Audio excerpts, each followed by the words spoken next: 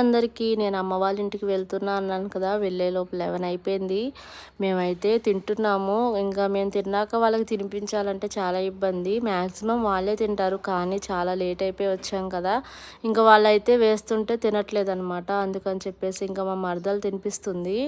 చాలా ఓపిక. ఇంకా నేనైనా చిరాకు పడతానేమో కానీ పిల్లల్ని ఇంకా విక్కిన అస్సలు చిరాకు పడదండి. ఎంత ఓపికతో చేస్తుందంటే, ఇప్పుడు తను 3rd month pregnant and bed rest అయితే తీసుకోవాలన్నమాట. ఇంకా మేము వెళ్ళేలోపు తను పడుకోవచ్చు, కానీ అసలు పడుకోకుండా పిల్లలు వస్తున్నారని చెప్పేసి పిల్లల్ని ఎలా అయినా చూడాలని చెప్పేసి అలా కూర్చునుండి ఆ టైంలో ఎంత ఓపికగా తినిపిస్తుంది చూసారా. నాకైతే భలే అనిపిస్తుంది మహల్యాన్ని చూసినప్పుడు.